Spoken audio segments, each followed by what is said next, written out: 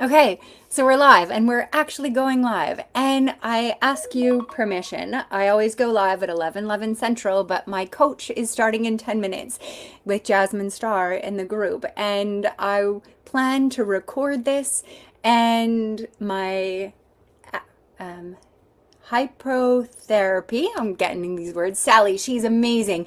Uh, and so I was running late. And as an entrepreneur with integrity, you do the best you can. It's like, okay, I can't record it and post it and do it. So I'm just going to go live early, 10 minutes early, 20 minutes early.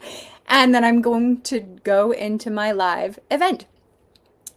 Um, I had an amazing conversation because there's something magical that works. Like, there was something that one of my coaches said is like 1 plus 1 isn't like 4 plus 4 is not 8.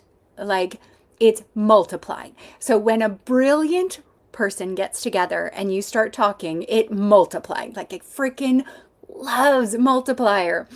And okay, so I want to talk about this speech that I'm probably saying her name wrong.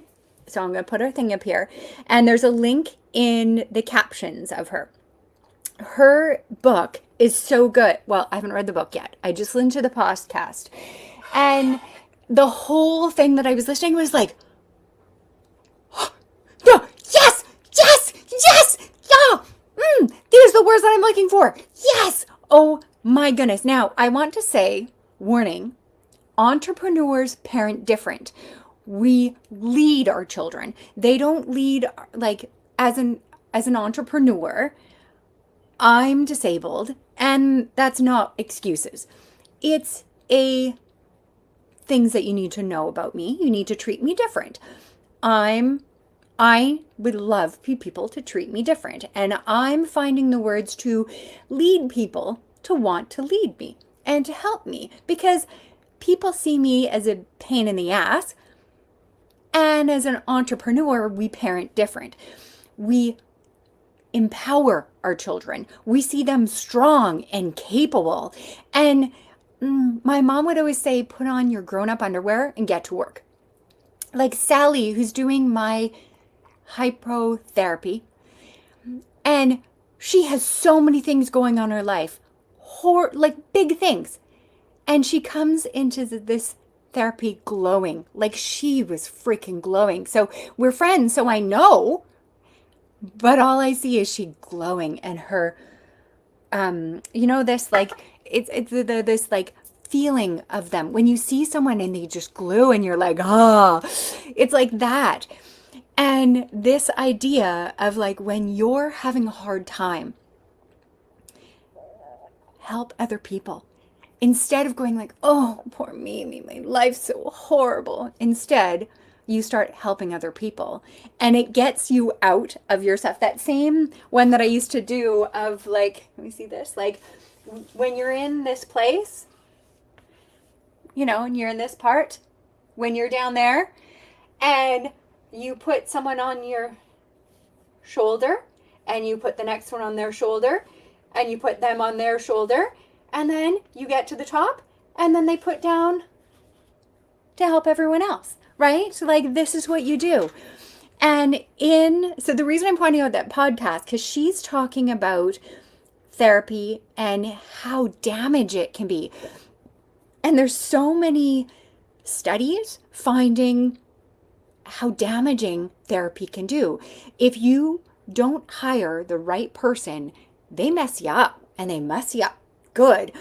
And some of the things, like at about 15 minutes, there was something that it was like, bam, I can't believe this.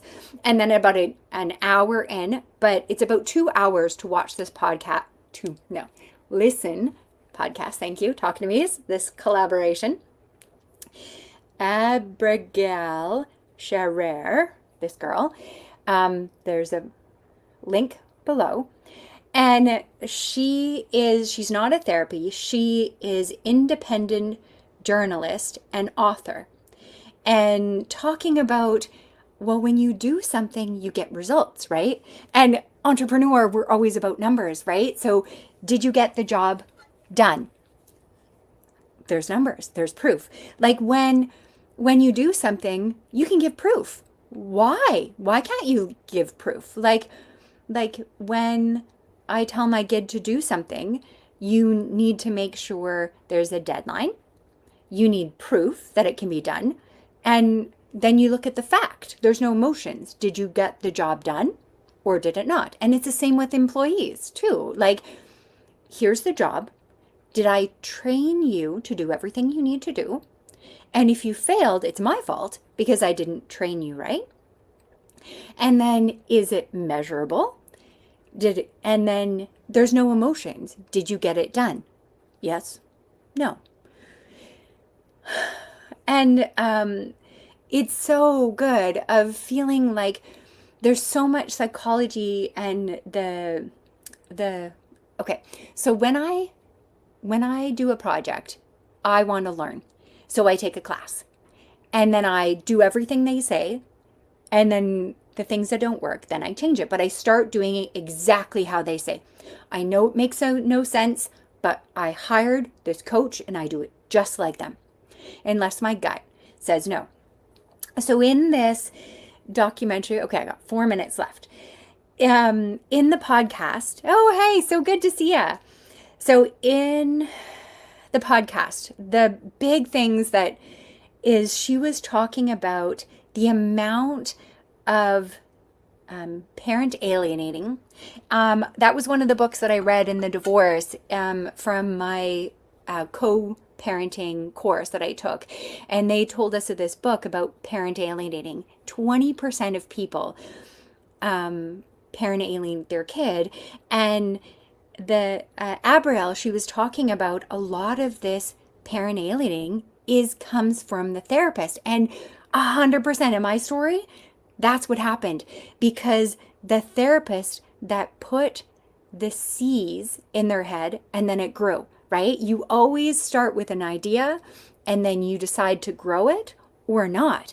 And in the podcast, they were talking about our parents were really hard, and the parents that have kids, so forgive my English for this, like talking about this sweet spot of parents now, they give our kids too much power. And why are we giving power for this child that's not ready? So this kid that they're not able to drive, but you can have surgery that's going to change their life for the rest of your life. And you get the kid whose brain has not formed to make these. That's why we have our parents. This is why our parents look after their kids till they're 20. And we need to teach them. My dad told me, when you graduate grade 12, you're out. You got it, because that's what I did. And this balance of 30-year-olds are living with their parents now because they don't feel they're capable. And there is character, no, not right word. There's different parts of the world where it's there's a culture. There's a culture where the mom, the dad, the grandma, everyone lives together in the family. But in Canada, in the US, like Canada and US, we don't. And there's a different, so I totally recommend, so I've got 2 minutes left here. I would recommend spending the 2 hours reading that, and leave comments below what you think about it. One of the big takeaways that I completely believe, and I don't believe everything they said, but they were saying that they had, when grown-ups use a therapist, there's my timing. I have to have timings for everything. Thank you for your patience. When you, as a grown-up, you go to a therapy, you have a lesson. Like I just did hypnotherapist. I had a mission. I was going to use it. I was going. And that's helpful. But when our kids do it, our kids tell them and make them go to therapist. And then they sit them in the sadness and they talk about it over and over and over and over. And they found that the results, they're not getting better. And this therapist is just taking the money from the parents. That's how their business works. And they found that instead of taking your kids in therapist, instead telling to suck it up and taking them in a sport, they had better results, and they had a whole bunch.